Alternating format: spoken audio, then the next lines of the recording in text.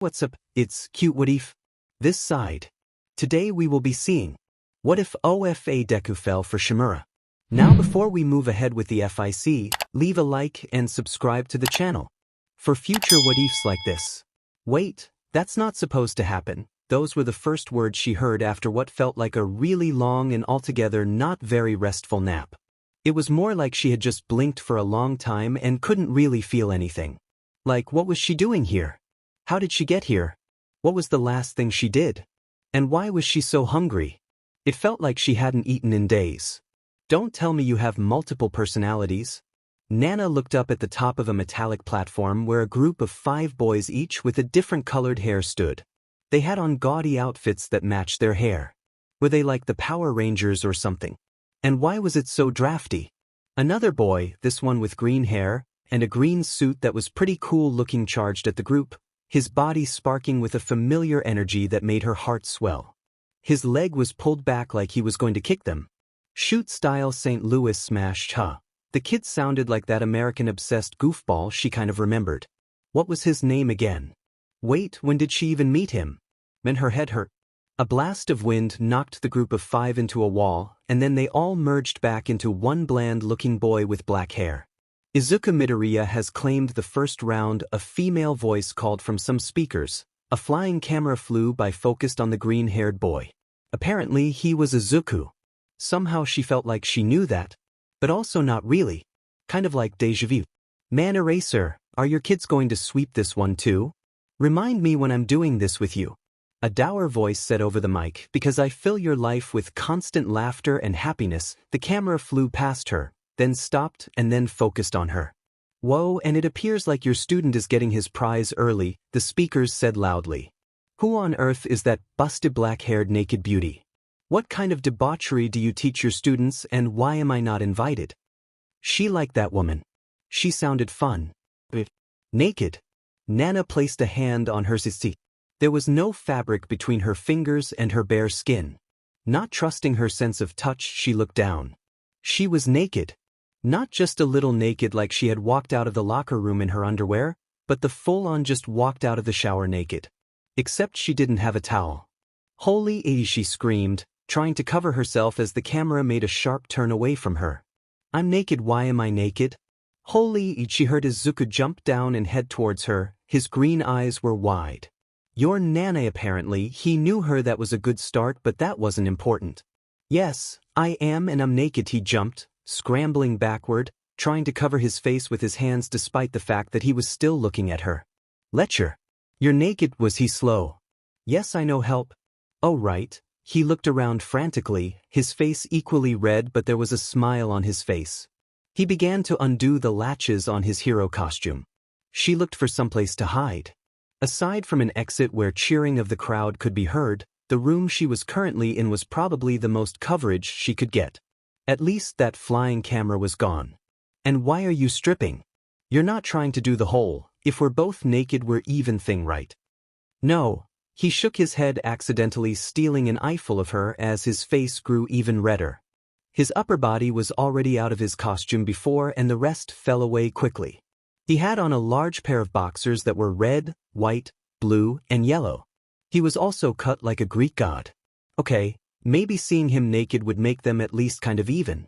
Izuku pulled out his legs and handed her his costume and presented it to her with both hands out.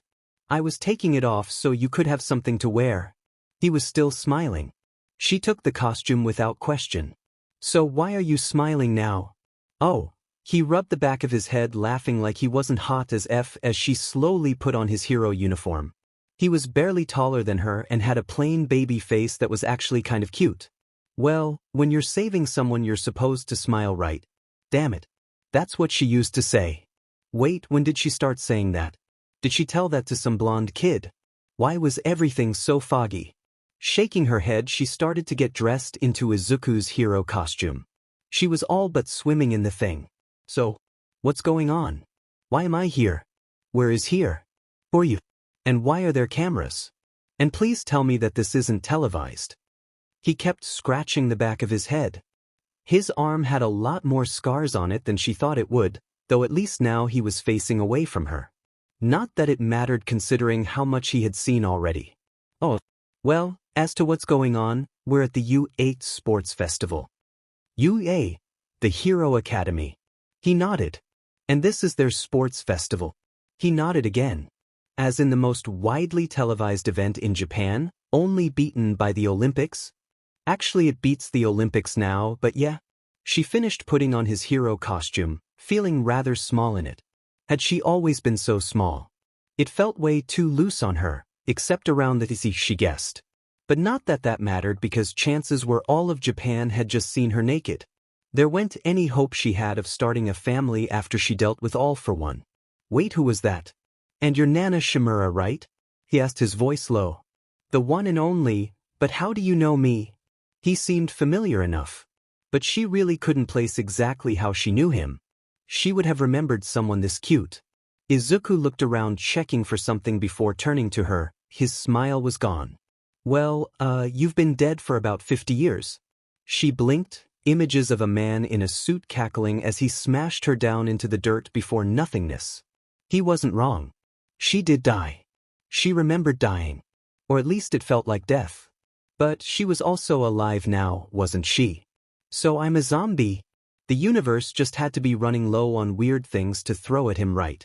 Ever since he got one for all over 2 years ago, it just seemed like his life was just absolutely filled to the brim with weird things happening to him. Sure, it was worth it, but could he go 5 days without the universe shitting out a curveball? At least he had an extra set of PE clothes. Izuku wanted to slam his head into the nearest wall at full strength, just to see if it would hurt more than his growing headache. Technically, it happened when Tamashii, the first student he had encountered from Ketsubutsu Academy, blasted him with his quirk.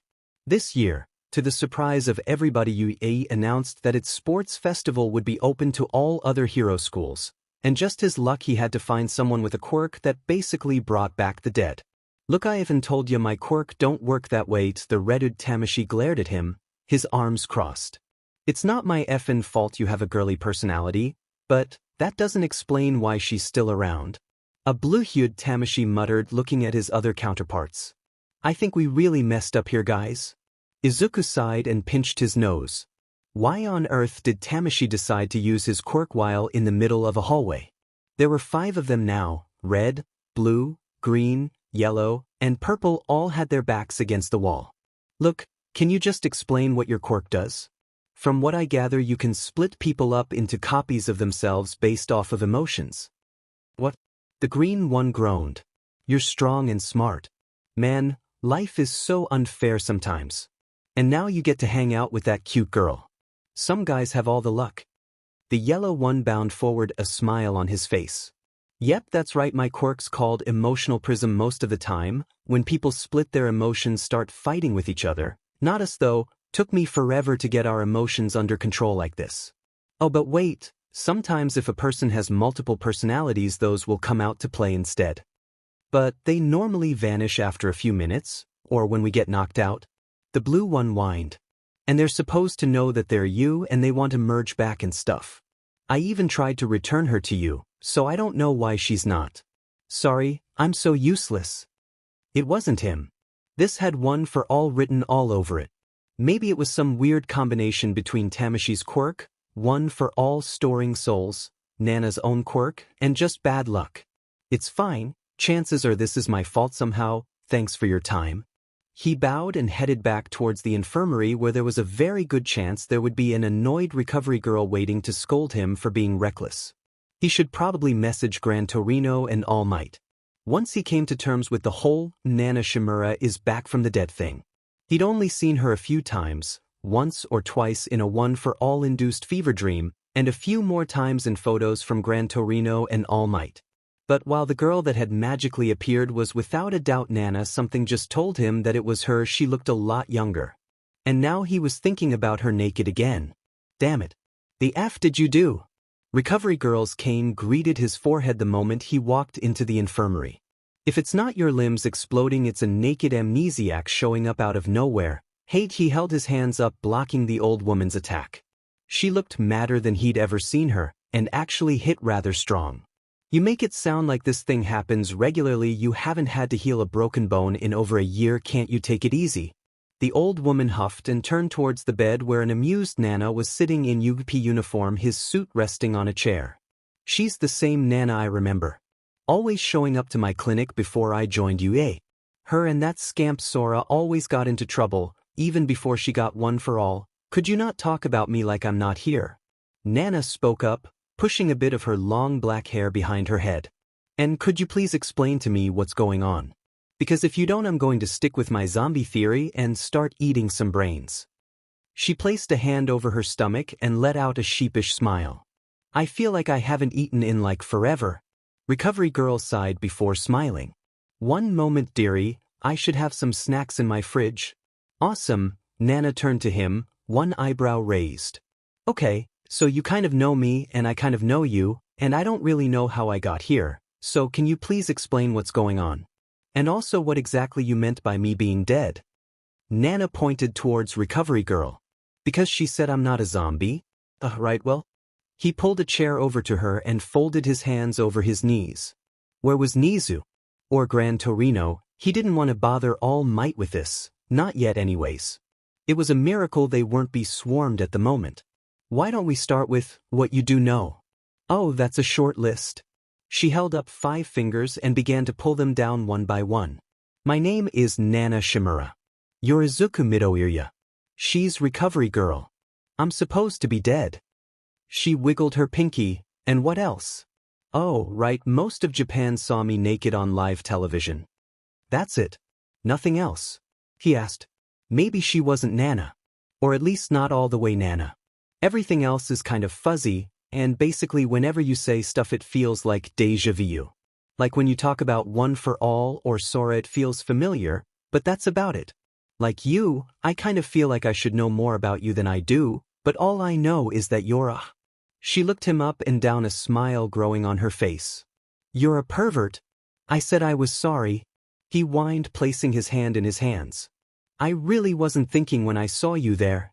Actually, you never did say you're sorry, you just said, you're Nana and you're naked. There was no, sorry I saw you naked and kept looking. She brushed her hair back again, still smiling. Seriously, you didn't even say I'm pretty or anything. You're supposed to compliment a girl when you see her naked. Or are you? Was this really All Might's answer that he was so proud of? Even if she didn't have most of her memories intact, her personality seemed fine, if a little off. You're right, I'm sorry I saw you naked. He clapped his hands in front of him, trembling slightly. Eventually, he'd see a girl naked under more normal circumstances. At least he hoped so. And Nana dragged on, raising her chin at him as her smile grew. His face felt hot. Really hot. He was probably blushing up a storm. Nana was really attractive, with her kind gray eyes, to her long black hair, to the way she carried herself. Even this teasing personality of hers was appealing. With a sigh he steeled himself. And you were very appealing. Pervert, she sneered, turning away from him, but she was unable to hide her smile. Still, apology accepted. She extended her hand out towards him. And it's nice to meet you, Izuku. Now, can I please get some answers beyond the fact that I'm supposed to be dead? Sure, I have some time before the next round starts. You're taking this remarkably well. Thanks, but I still have no idea what exactly this is. Nana's eyes watered as the short little woman, that was so grandma like she wanted cookies, held open one of her eyes and shone a light into it. Or why you're giving me a physical? Chio turned the light off, a sickly sweet smile on her face. Considering how you should be dead, consider this physical a light precaution into making sure you're stable. I'd hate to lose you again. I think I remember you being a lot meaner, or maybe it was nicer. And taller. A lot taller. Why are you so short? If you think I'm short, wait until you see that fool Sora. He's always been a grumpy old man though, so I guess that won't change. Chio spun her chair towards an expensive-looking computer. Still, I'm surprised you're not having a mental breakdown at the moment. Physically you're about 17, mentally you're pretty much the same brat I remember. I guess that must be a side effect of your quirk. Empathy, right? Nana hummed, kicking her feet from under the hospital covers. I can feel the emotions of others and even control them a bit, same with my own emotions. Though it's not very powerful, kind of just like a warm blanket or having fresh laundry dumped on you while on a cold day. Their mood returns back to normal once I stop using it. Hey wait, how did I know that? Most people have an inherent understanding of how to use their quirk on a basic level. But aside from what I can tell, your memory is jumbled right now. Things will feel familiar for a while, and you might remember some things clearer later. Chio sighed, leaning back into her chair, fingers tapping her cane. Do you think I'll get them back? It was really frustrating to know about things but not actually know about them. Like she knew what UA was and that she went there, and the name Sora was really familiar. Even after Izuku explained what he could, a lot of the things just felt like two different things that had the same name. Chio shrugged. She looked like she needed a hug, an embrace on the head, a nice warm blanket, a cup of tea, and then a nice long nap. I'm not much of a psychologist, nor does my quirk work on the mind. But I imagine as you continue to live your second life, your new memories will overpower the old ones. I guess I'm okay with that. Still, this whole second life thing is pretty neat. Has this ever happened before? She asked, still tapping her feet. The room was less enjoyable now that Izuku had left it. She turned her eyes towards the TV mounted in the corner, the broadcast showing the constantly moving arena that had been made for the sports festival, the cameras flashing as they tracked one of the students fly around with his hands exploding. There have been a few quirks. A hero from Paris called Phoenix gets reborn when he dies, but his personality rarely remains intact. There have been others as well, but they are few and far between, but your case is still unique. Probably. There are as many quirks out there as there are people out there. Chio shrugged and turned back to the computer as something appeared on the screen. Ah, good news, you're a positive. My BLD type. That was just news, not really good or bad. Just news, if barely that. It was like saying that books are made of recycled paper. Why is that good? Well, it's consistent with your old BLD type. I was curious if how much you'd share with Izuku, but it appears that you're 100% you. I'll have to run a few more tests, to be sure though. Chio smiled at her. I'm happy to say that you're also completely healthy. The X-ray revealed healthy bones, the other scans showed nothing unusual, and I'm not seeing the type of decay that most clone-type quirks have. That sounded good. At least she wasn't going to turn into a pile of goo if she took a shower. Well, since I'm healthy, do you think I can go watch Izuku's match? Like in person, 'cause it's like that way, just out the door.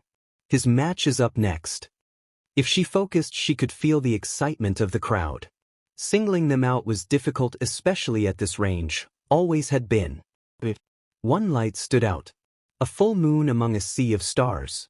His emotions were all over the place, swirling around a central mass of determination. No offense, Nana, but I'd rather not have you wander around on your own. For your own good mostly, that, and I know how you can be. Chio snorted, turning towards the door. What? You make it sound like I get into trouble.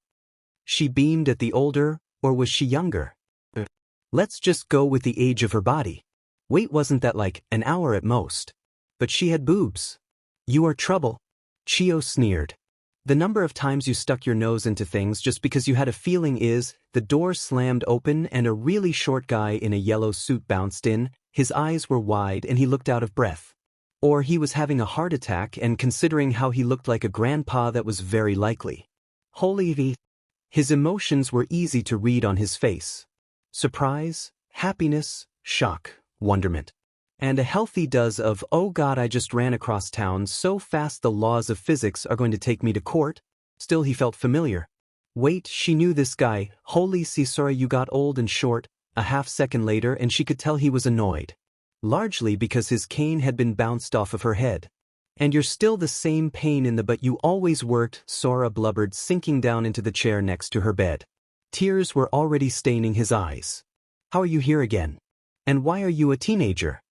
I don't know, one moment I wasn't there, and then I just kind of was. She pointed to Chio. According to her, it's because of quirk fuckery. Chio, in her vast maturity, rolled her eyes. Overall she's healthy, and still Nana, but there's a lot that she doesn't remember. I'm surprised she recognized you. I just know his name and that he's a pain in the butt. Sora's eyes furrowed as he glared at her. Yeah, Chio nodded. That's about right. Something happened in that bright globe of emotion she had been feeling earlier. It was still and its calmness was deafening. She was being drawn to it by something that was a part of her but wasn't. Then she felt the bed beneath her vanish, and she was standing in the stadium as a red-haired sharp-looking boy charged through a wall and towards Izuku. Hold up a minute. Did she just teleport? Or was she summoned? Either way. Awesome, what the hell, Eraser? Why is it every time that Izuku kid fights, that girl just appears on the stage? Ms. Joke shouted into the microphone as Izuku punched Ijiro back through the wall he charged in from, and through another, and he was out of bounds. He won. Wait, girl. He saw Nana standing there. Her long black hair was still loose when he first saw her, and she was now wearing the spare pea uniform. She was looking as confused as he felt and cute. Wait, no, he shouldn't be thinking about that. Holy cow, it was worse than that time he met an adult Eri. Why is your kid even cheating? It's not like he even needed her help, Ms. Joke continued. At least this time she has clothes on, which is a shame because she has a nice, the mic spiked. You're supposed to comment on the match, not complain. Aizawa's voice could be heard over the mic as well as a muffled sound. Izuku, the first time was odd, the second time is weird even for you. Explain. Ugh, how was he supposed to explain? Nana suddenly appearing, not once but twice, and this time there was no way to say, oh, something weird happened with the other person's quirk. Nope. This time it was all on one for all. Come on, Izuku, think you managed to play off your other quirks just fine. There had to be something. I don't know, he shouted, running two hands through his hair. The fake mania thing worked last time. One for all shat out a quirk. Nana was, technically a quirk. I don't know, okay, I have no idea what my quirk's doing. Sometimes I use it and my arms explode, then all of a sudden I can make these black noodle things, then for no reason, I can snap my fingers to make it so I can't make a sound until I snap my fingers again, and now a woman appears whenever I use my quirk. Oh, right. The mania thing was real. I really don't know what's happening with my quirk and it's stressing me out. Oh, I'm part of his quirk, Nana said loudly, her thumb pointed right at her as she struck a classical heroic pose. You know, whenever he uses his punch more quirk, I appear, at least I think that's what happened. Makes sense, right? She held out a hand to him, with the other on her city fluttering eyelashes.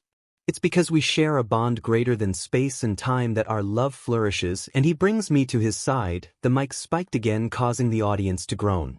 Duh, Ms. Joke said over the speakers. That's so cute. I want a quirk that brings me a hot girlfriend. Instead, I just got one that makes Eraser annoyed at me. Oh, so this is what it felt like to die of embarrassment. He ran over to Nana, grabbing her by the arm and dragged her out of the stadium. Sure, he hadn't been declared the winner yet, but Ijiro was at least 6 feet into the wall, and that wall was out of bounds. He pushed Nana against the wall, his heart beating as he stared at her. The sultry smile on her face was not helping with anything. Oh my, she teased, fluttering her eyes at him, one hand over her heart while the other was against the wall. How forward of you, Izuku. Ayumi. He turned, somehow blushing even more and answering the unasked question that yes, one for all could make blushes more powerful. With a breath, he turned to look at her again. What was that?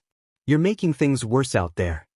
Correction, I'm making things better, Nana laughed, walking over to push him on the shoulder, before flicking her hair back. Damn it, she had a really pretty smile that was making his heart do the whole, OMG, a girl is talking to me thing. He really thought he got over that. Her smile only grew. Besides, I have no idea why I teleported like that. I didn't even know I could teleport like that. I think it has something to do with that one for all thing you talked about. It wouldn't surprise him in the least. Wait, if one for all summoned her, then she might still have some connection. He didn't think about that. How strong was that connection? Was she still bound to it because she used to hold the quirk? Was her quirk still in there? Was she a copy of the soul or will that exist in one for all? Did he lose power? He didn't go all out, so there was no way of telling, but it was. You're cute when you mumble, you know, she stated with a sly grin on her face. Never fear, for I am. A large man slid into the room, coughing up blood as he deflated like a balloon until he was little more than a skeleton wearing a skin suit. He started coughing violently as the others started to rush towards him. He held them about bay with a single hand. Nana blinked, pursing her lips as she looked at the man. This was All Might. According to the mean green punching machine, it was a better hero name that Deku. This was the guy that she gave that super weird quirk thing to that caused basically everybody that knew about it a lot of stress. Hopefully, Izuku would keep his hair. It looked fluffy. He did kind of feel familiar, but basically, everything felt familiar, even the hospital bed and her current clothes. Maybe she should take the whole brain fog thing Chio kept talking about at least kind of seriously. So, Nana spoke softly and pointed towards the hospital bed that she had been refusing to get back in. Her legs worked, damn it. And gestured towards Toshinori. Wait, how'd she know that? Do you need the bed or something? Toshinori's sunken blue eyes stared at her for a moment as he blinked. She pointed a finger at her and blinked right back at him. Me. Oh right, didn't she teach this guy? Or something. Hi, I'm Nana, nice to meet you. She walked over to the old feeble-looking man smiling at him with her hand out. Or nice to see you again. Not really used to this whole technically brought back to life thing I have going on. Toshinori just nodded at her, tears falling from his eyes as he ignored her extended hand and pulled her into a hug. He really was just skin and bones. It's you. He whispered into her neck as his eyes heaved. It's really you? I'm me. She said awkwardly, returning his hug. That's weird, why was she crying?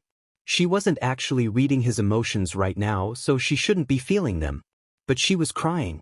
And she was happy to see him. I guess it's been a while, Toshinori. That it has, Nana. The hug ended and he pushed back, smiling at her.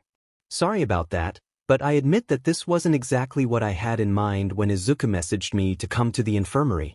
He pounded on his heart. I guess that boy had to choose between a heart attack before I came to see you or a heart attack when I saw you. Yeah, he looked cute when he was mumbling about that. He wanted to be here when you showed up. She paused, looking at the monitor as Izuku fought in the finals against that loud guy with exploding hands. They were both good fighters. Her money was on Izuku though, based purely on the fact that she knew his name. But he had to fight in the finals. Aren't you his teacher? Why were you missing such a big fight? Ah, you're right, I had to miss his first few matches. But now I get to watch my student fight with you here. He gave what she considered to be the absolute perfect grandfather smile to ever exist. But, please tell me, how are you here? She looked at Chio and Sora. Ask them, if I explain it I'm just going to say I'm a zombie. Her two friends from her past life explained the situation. Well, as best as anybody could. They were probably just pretending to understand like she was. Ah, so she might still have a connection with One for All? Toshinori looked up at the screen where Izuku was still fighting. But the teleporting thing is odd, especially since Izuku is currently using One for All against young Bakugo. He blinked at the screen. Rather effectively as well. What were the chances that it was some kind of super inconvenient thing that would just have her teleported to Izuku just for the fun of it? She should start sleeping naked just to test it. Izuku was probably the type of person to wake up early and go jogging. That would not be a fun way to wake up. It doesn't happen all the time. She shrugged. So who knows? I did feel a pull when it happened though. I see. Toshinori nodded and rubbed his chin. Why don't you try using One for All? It'd be best to learn these things before a situation calls for them. Good idea. That sounded like an excellent thing to do without considering the consequences. Also, why wasn't Toshinori crying more? She was expecting more blubbering or something. Come to think of it, everybody was taking this really well. Except for Izuku. He was taking things just right. She blinked. How do I do that again? Toshinori chuckled and punched the air, a soft smile on his face. Just reach down inside of you and clench your butt cheeks while you scream for justice. My butt cheeks. This quirk is all kinds of weird. With a breath, she closed her eyes. It should be just like using her own quirk. All she needed to do was focus on it and use it. She felt something. Something warm in the pit of her stomach. It was like holding onto a warm pile of laundry on a cold day. Justice, wait, not in here, she heard Sora call. Toshinori, you dolt, she can't control it like you could, she felt it, a power surging throughout her body. It was hot. Way too hot. Her entire body burned. She couldn't move. Her eye twitched. A gust of wind sent her flying back, and it felt like someone had punched her in the eye. But the energy was gone. Shaking off the pain, she stood back up and saw Izuku in the room. His mouth was hanging open as he looked around. Random noises that might have been the start of words kept coming out of his mouth as he pointed at random people and objects. Mostly at her and his feet, then the TV. He let out a laugh that was half a cry as he fell to his knees. Is this seriously how I lose? There were many things going through Izuku's head as he began the slow process of unwinding from a needlessly stressful day. Namely, the fact that quirks were weird and made no sense. He was surprised that someone didn't destroy the whole world with some kind of crazy quirk. And he'd have to get his quirk redefined to now include summoning Nana or being summoned by her. Maybe he should just reclassify his quirk as the quirky quirk, because to everybody else he has the apparent ability to SHT out quirks. This wasn't even the cause of one of the 6 quirks inside of One for All, at least not entirely. He still had 3 more quirks just waiting to surprise him. Honestly, people might think it would be weirder if he stopped getting new quirks at this point. Letting out a sigh, Izuku gargled his toothpaste before spitting it into the sink. It was strong not to be disappointed by what happened today. Namely the whole losing because he was teleported out of the stadium in his fight against Kachin. Not only was it their first official fight, but this was going to be a tiebreaker for all their fights. And now he had lost in a way that nobody was happy about. The showers stopped. And despite himself, Izuku turned to look at the person emerging from them. It was Kakin, whose only form of clothing at the moment was a towel that he was using to dry his hair, leaving everything else just open for everybody to see, which was pretty much just him. Deku. Kakin growled, glaring up at him. Being just an inch taller than him had made Izuku's day, but now that he was 2, maybe even 3 inches taller just made everything so much better. You owe me a free match. Izuku smiled, rolling his shoulders back. Oh, don't worry, I'm not going to let you have the lead for long. It was strong to tell if that statement made Kakin happy or more annoyed as he stomped off to go get his clothes. Hopefully at any rate. With a sigh and finishing off his nightly hygiene, Izuku wandered back to his room. Still trying to figure out the whole 2 to 3 quirks, basically bringing back someone from the dead. Either it was just random chance, or perhaps it was because Nana was still the most recent soul inside One for All that she was selected. Or it was tied to her quirk of emotional empathy, and judging by his opponent's quirk of separating into different emotions, that could be a likely link.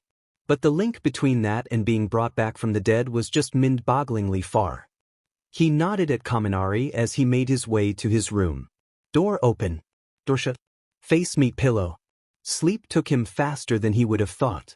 So, he felt something soft and warm in the palm of his hand. It was smooth as well, and heavy, and when he squeezed there was the perfect amount of give matched by a wonderful springiness when he released it. He'd only felt something like this a few times. It was a melons. A soft, wonderful melons. Was he dreaming about May again? Soft snoring matched his own as he continued to drift in a not quite awake state. It's time to wake up, his all-might alarm clock shouted. He moved to turn it off. But something stopped him. I got it, another voice said, and he heard the familiar sound of someone turning off his alarm clock before moving back into bed. That's an annoying alarm. Yeah, he half mumbled, wrapping his arms around the stranger and grabbing something else. It was larger and firmer than before. You know, Izuku, you're kind of handsy in the morning. Sorry. He half mumbled, trying to dive deeper into that sleep. He felt a hand grab onto his butt and squeeze. That's okay, I like grabbing too. And that woke him up. He saw Nana's telltale gray eyes staring at him, filled with mirth and the last dregs of sleep. She had on a brilliant smile that was brighter than the sun filtering in through his curtains and could light up his day. He looked down. She was naked. And this time there was no adrenaline to keep his mind focused. She had an amazing set of melons. Every part about her naked body was utterly amazing. His hand was resting on her hip as he grabbed a large portion of her butt. Part of him wanted to freak out. Okay, a large part of him, with another part being incredibly turned on by these events. Okay, so both parts were basically all of him. The only thing that kept him grounded was Nana's own calmness. Why are you in my bed? He asked, looking down again. Nope, she was still utterly amazing. And naked. And why are you naked? Ah, no screaming. No freaking out or stuttering. You're still grabbing my butt, you know. She squirmed closer to him, her smile threatening to devour him. And you're grabbing mine? Holy Izuku, did anybody else see that? It felt smooth. Was it smooth? Was he smooth now? Was this what flirting felt like? I know. She squeezed. But I'm here because I guess I teleported in my sleep, and I'm naked because it was hot and I sleep naked most of the time. I see. He said slowly pulling his hand off of her butt and stared at her face. It was really strong not to look down and stare at her melons. Ah, maybe we should see if you can get a room next to mine so this won't happen anymore. Or we could just share a bed. I have no idea if you're being serious or not. Me neither. She rolled out of bed and bounced over to his closet. Her body was something else in motion. He believed the right terminology for her was fit and thick. But I know that I'm hungry, so let's go eat breakfast and you can explain to all your guy friends why you had a smoking hot babe in your room and why she's wearing your clothes. Nana had been an unforeseen drain on his life that quite frankly, he doubted he could ever be ready for. It wasn't just that she was just suddenly there, it was the fact that she was basically always just randomly going to be there. If this morning was any indication, there was a chance the teleportation thing was just going to kind of happen. With a sigh, Izuku lathered his hair once more. He wasn't even in the shower to actually wash, he was just in here to think. And trying really strong not to think about what Nana was telling his classmates. She probably wasn't lying, but she tended to say really weird and blunt stuff. Was she telling them about one for all? Hopefully not. She was smart, it just depended on what exactly All Might and Gran Torino told her last night. He really shouldn't be worrying about that. Chances are Nana was eating some food and saying something embarrassing like, "Hey, nice pages?" Like that. Thanks. He muttered, opening his eyes to see Nana standing there in his shower. She was getting splashed on by his shower while wearing the shirt and shorts she had borrowed from him early that morning. The white fabric quickly became translucent on her right side, exposing just the slightest bit of the pink from her NPL. What's it look like, strong? Nana asked, not really bothering to explain why she was there, or even to look at anything other than his pages. She took a loud, crunchy bite of her apple. And smiled at him. Can I touch it? His hands went down to cover himself as reality set in. What are you doing here? Admiring the view. Another loud crunch and the apple was finished. She turned, saw a trash can that was for paper towels and lobbed the apple core into it. And since I'm here I might as well take a shower. Wanna wash my boobs? What? No, I mean, why are you here? See, he was getting strong. Why was it that one of them was naked whenever Nana was around? And why was he complaining? Didn't he get over his fear of incredibly forward women? Oh, well, I was talking to the girls and explaining to them that I just kind of appeared, and I mentioned that I could summon you and the pink-haired one. Mina. Yeah, that one said that I should try to summon you while you were showering because she wanted to see you naked. The others agreed and I thought it would be funny, and I wanted to see you naked too, so I figured why not. She shrugged, pulling up his shirt and tossing it to the side, setting her large handfuls free. Looks like I got summoned instead. Really need to work on the whole teleporting thing, especially if we're going to be using it in a fight or something. He stared at her well-defined figure and bust for far longer than he would have cared to admit before he shook his head, trying to clear his thoughts. It lasted for all of about 2 seconds before his body reminded him that he was still a teenager and that there was a drop-dead gorgeous naked girl in the stall with him. Are you normally this forward? He managed to ask. I mean, you keep flirting with me, and I don't think I'm really your type or anything like that. So, why are you doing this? Nana smiled and then frowned. Not my type. I don't even know what my type was, or even is. I had a kid, not even Sora knows who that kid's father is, but I'm also not really that Nana. There's a lot missing, but I'm still me and stuff. She blinked, finally tearing her eyes off his crotch and looking him in the face.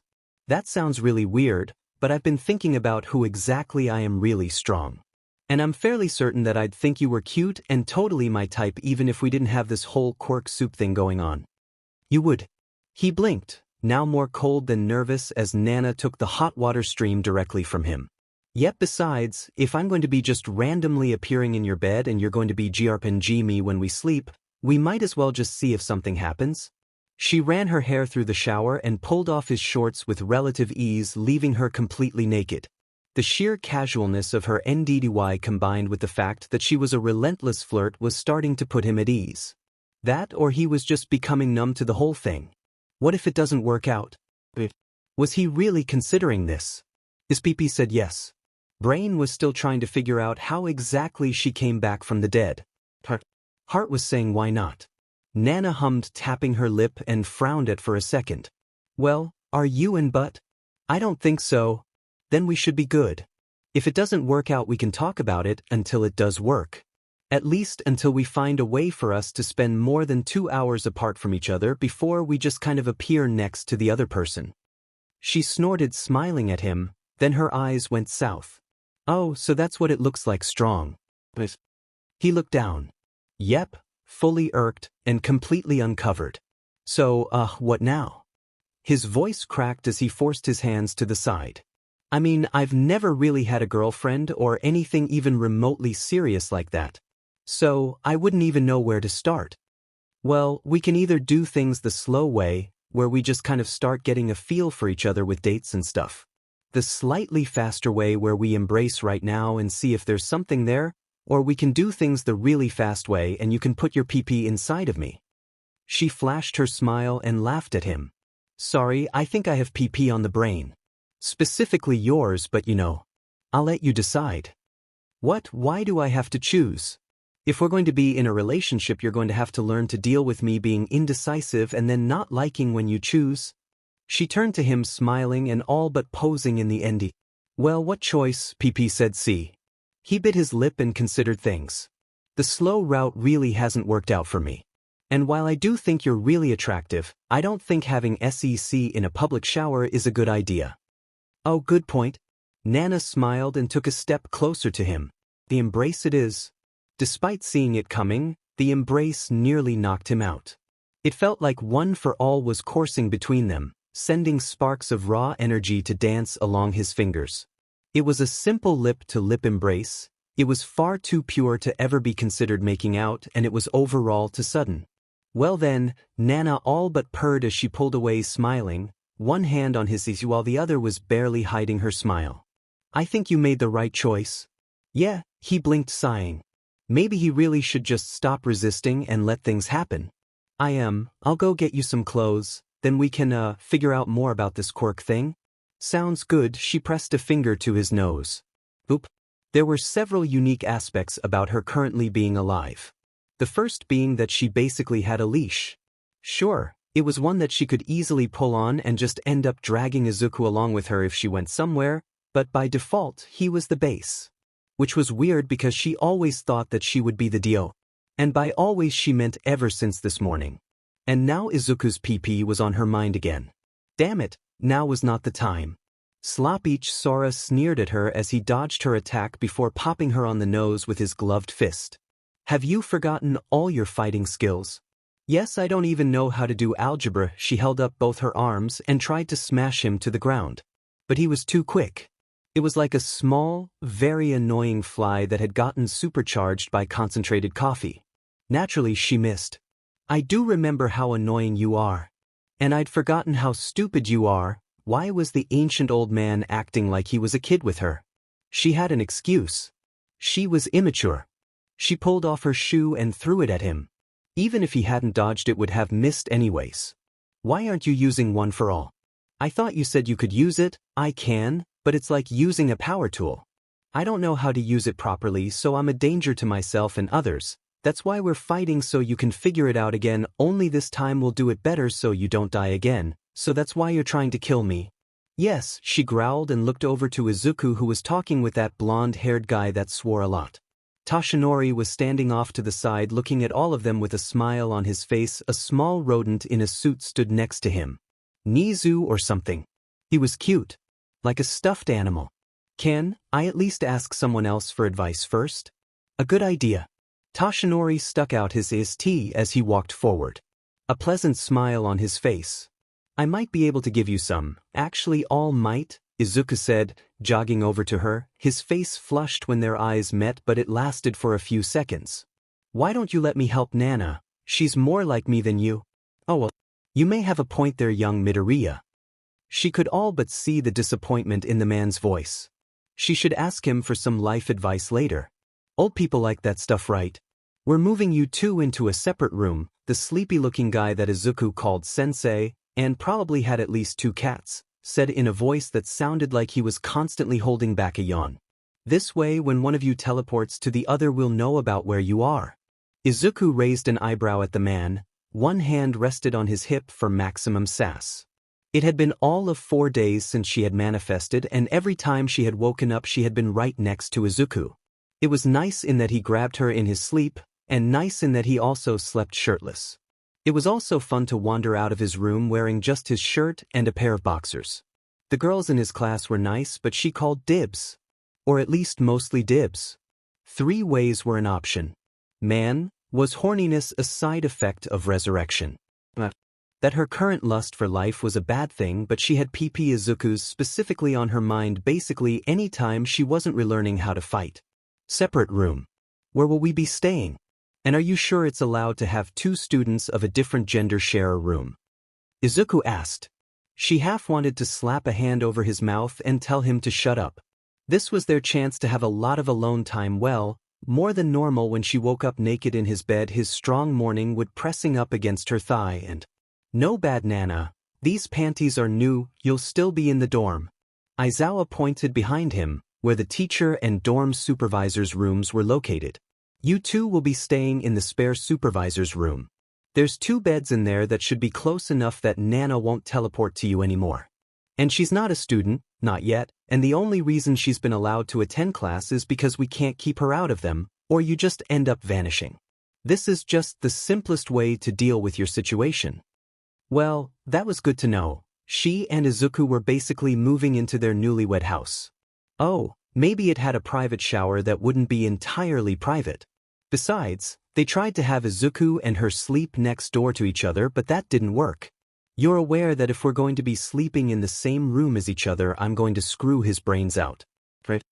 Somewhere from the kitchen, her pink-haired sister from another mister, as well as one of the more likely candidates for a 3-way, Mina Ashido, coughed up her drink, clearly not just eavesdropping as she was taking a really long sip of water.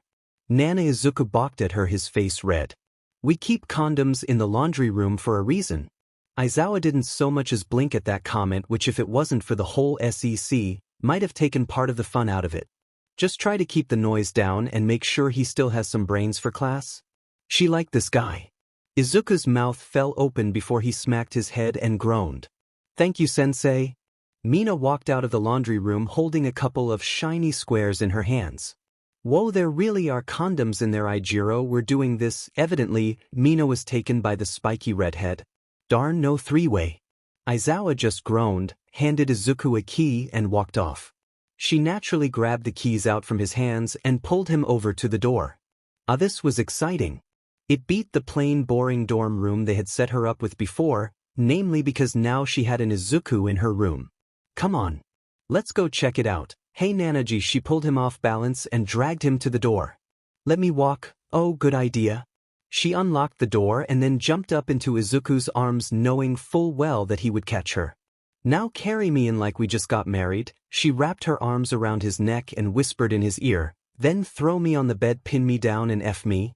Izuku froze, looking around the room for a second, seeing that quite a few people were currently going into the laundry room and that nobody was really paying attention to them. Not even Aizawa. He appeared to be in a sudden domestic dispute as both Ms. Joke and Malady had shown up. As to how she knew those names, she heard them from Mina. "What happened to taking things slow?" Izuku asked as he maneuvered into the room. There were several boxes with All Might stuff on the ground. 2 beds rested on opposite sides of the room, which was really one more bed than they were going to use. A small kitchen sat opposite a small bathroom with a shower. "It's been 4 days, I've had your PP on my mind ever since I saw it." She kissed his neck for no real reason. "That is taking it slow. Besides, I can feel your desires, your lust, and even when I'm not trying to see what you're feeling, it shouts at me." That wasn't all true. She could feel it when she wanted to feel it. But it was almost always there. Izuku wanted her and she wanted him. So it was a win-win. And there was absolutely no chance that her own lust was influencing his lust or vice versa. Probably. And if there was, it just meant high SEC drives all around. Woo, now throw me on the bed, tear my clothes off, and stick your pee-pee in me. She barely finished that sentence before Izuku threw her onto the bed, locked the door behind him and tackled her, his shirt flying somewhere else in the room. He was like a wild animal that had been caged and given only the barest of meals. She let out the moment his hands touched the bare skin of her stomach, sliding up underneath her shirt and exploring her stomach. Touch was good. Izuku's touch was very good. Arching her back, she reached a hand back, finding that tricky clasp for her beer before his hand encountered her melons.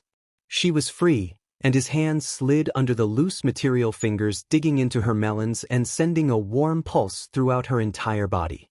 Another escaped her as she reached up and pulled him into an embrace, desperate to touch more of him, over and over again. Her legs wrapped around his waist, keeping him close. His other hand touched her back, trailing along her spine and pulling up her shirt inch by inch. The sensation difference had her entire body feeling like it was on fire as he continued to knead her melons, pinching and rolling her NPL while her body reacted to his every touch. Their embrace ended and she fell back to the bed, her shirt being thrown to the side along with her BR, leaving her partially exposed. Her hands went to her pants, trying desperately to shimmy them off. She wanted to be naked already. And she needed him to be naked too. Izuku adjusted, moving away from her hopefully to take his own pants off and stick that raging hard-on of his so deep inside of her she'd taste it. Instead he leaned down to just above where her pants were and kissed her on the inner thigh, stealing her breath away. "Izuku?" she asked, eyes rolling at what that simple embrace had done. He kissed the other thigh and she moaned. He could feel his smile as her eyes closed tight. He moved upwards, leaving a searing trail of kisses along her stomach, each one sending sparks along her entire body. "Keep going." He continued to embrace her, moving upwards and upwards until he reached her melons, one hand still tweaked at the NPL while the other. What was that other hand doing? He moved to her booty, kissing the underside and then sucking on it. His teeth joined in and she nearly lost it. His lips found her other NPL and she found her body falling into a sea of pleasure. Teeth wrapped around her NPL, biting just strong enough for the pain and the pleasure to mix in that most wonderful of ways as she kicked her legs in response. Then she felt what his other hand was doing. It entered her, just the briefest of motions, teasing her entrance by quickly entering and exiting as though he was testing her defenses. She was soaked down there and more than ready for him. But she didn't want to stop whatever magic he was doing. Her hands found his hair and she pushed him into her beer while moaning hotly. Her entire body felt like fire. Izuku groaned at her touch, redoubling his efforts on all areas, one hand in her vgna, one tweaking her NPL, while his mouth worked oh so diligently on her other beer. It was too much. She was going to. Her body shook as she felt that first orgasm come. But it didn't go. It stayed there, just lingering as her body quaked around the sensation.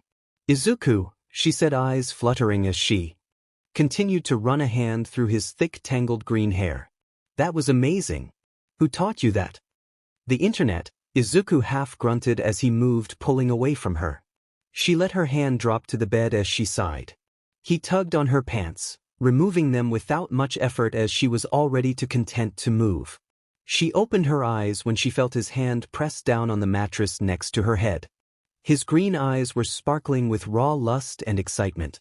She leaned up to embrace him, placing one hand on his bare sissy as she did while the other found his hair once more. "Are you ready?" he asked, cupping her cheek. His legs were between hers. They were both naked. And his very, very, very nice pee-pee was staring at her, looking just a bit silly with the condom on it. She felt her heartbeat quicken as her body tensed up, waiting for that thing to enter her. But looking at it, she could tell it would feel good inside of her. Reaching down, she grabbed it, slowly touching its base and scooting her hips forward and angling herself up towards him. He was at her entrance once more. "I'm ready." He pressed forward, her body resisting him at first, but once he broke in, her body began to relax and tighten all at once. He moved both to slowly and to faster for her tastes as he slowly entered her, heading towards her depths. She could feel every inch inside of her, her muscles spasming as she felt the shape of him inside of her. He was all the way in. Stop, just like that? She moaned for a second, shifting her weight and just enjoying the feeling of being full. Izuku's grunt was something else. Filled with an unmatched primal sound that just made her brain turn off for a few seconds as a smile spread across her face. I'm going to move now, okay? She could only nod numbly, and then bite back a gasp as the first wet sloppy move sent a shockwave of painful delight through her whole body. Each and every move brought less pain and more pleasure until the pain was gone and the pleasure continued to build. Her legs wrapped around his waist, holding her up as he began to P&D faster into her hands, played with his hair as she made desperate attempts to embrace him while he brought her to her second, make that third, orgasm of the night. She gasped, a moment of clarity flooding over her as she felt him tense. His already huge rock-strong pee-pee grew that much larger and her entire body seemed to clench around his, awaiting for this one glorious moment. He came. Buckets. His hips still thrusting as she felt that condom inside of her bulge with the excess load.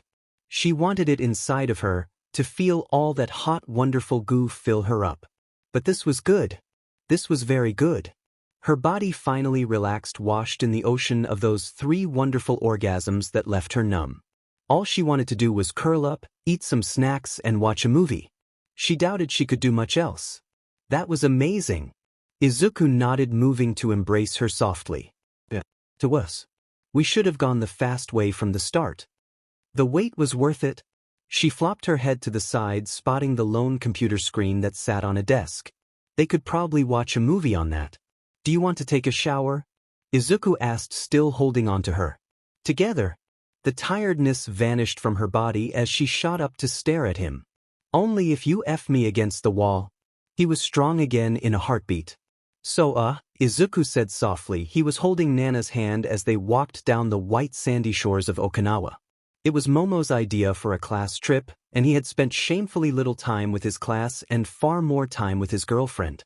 Not that it was a bad thing.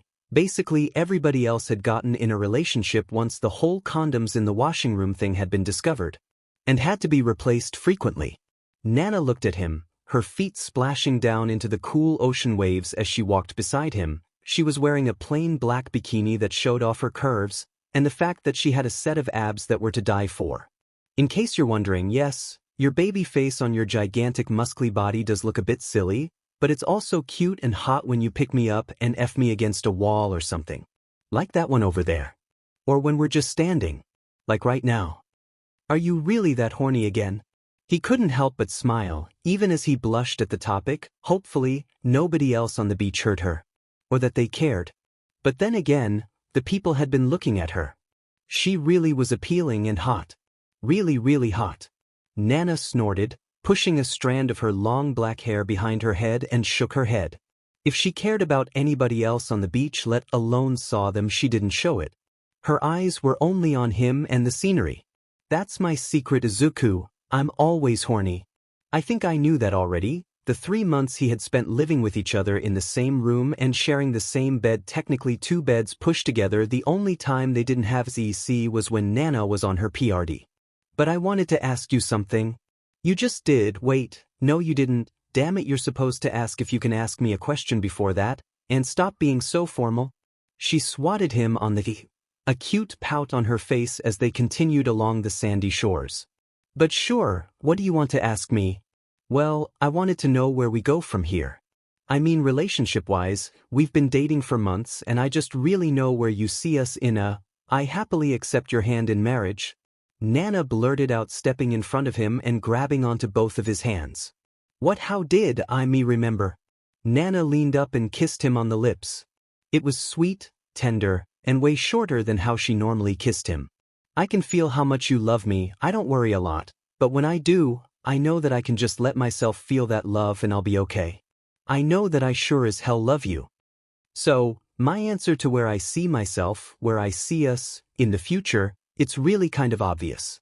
I'm going to be right by your side as we keep the whole country safe. She pulled his hands again, dragging him out into the ocean with her. Her gray eyes were captivating as he could hear his heart beating over the waves. Not that we had a choice, but I'm really happy I'm stuck with you, Izuku. He could only nod his head dumbly, only the shock of cold as the water reached his waist broke him out of her spell. Nana, I really do love you. I know, but it feels so good to hear you say that. She pulled him into another embrace and continued to walk in the waist-deep water. Besides, the wedding ring you kept in your dresser was a real good sign that you wanted to marry me. I haven't bought a ring. I was joking. Do you think I'm going to go digging through your underwear? Wait, don't answer that. I do that all the time. Her face twisted just a moment before she shrugged. Your fault for having a really fun pages. I like your boobs. So romantic. She splashed him with water. But it's a good thing you can actually pick me up and carry me to the bed. Apparently Shoto dropped Momo when they tried to do something that romantic. I'm not sure if it was on purpose though. Shaking the water off him as best he could, he lunged at her, grabbing her around the waist and twirling her around even as she screamed. He was going to throw her into the ocean, but instead his foot slipped on the sand and he twisted, sending both of them down under the water. He emerged from the ocean and saw that Nana was nowhere to be seen, just the clear ocean and the murky spot where he had kicked up a lot of sand. Nana. Nothing personal, kid, she shouted from behind him, and he felt her slam against his back, nearly pushing him back into the water. Her legs wrapped around his waist and her arms wrapped his shoulder like some kind of CC backpack. She snuck around and kissed him on the cheek. Nice try, Izuku. Now get moving. I think I see a cove up ahead that looks a bit more private. And why would you want to go there? He laughed. Wading through the water with her pressed against his back was nice, and knowing that at any second he could just fall backward to get her wet was nice. Because we're teenagers that just agreed to get married, really we don't even need that second reason to have section. Now come on and let's go have amazing mind-blowing CC off-screen as an anticlimactic way to end this story. Why are you trying to break the fourth wall? I knew showing you Deadpool was a mistake. Hey, he's the best Avenger now, let's go F.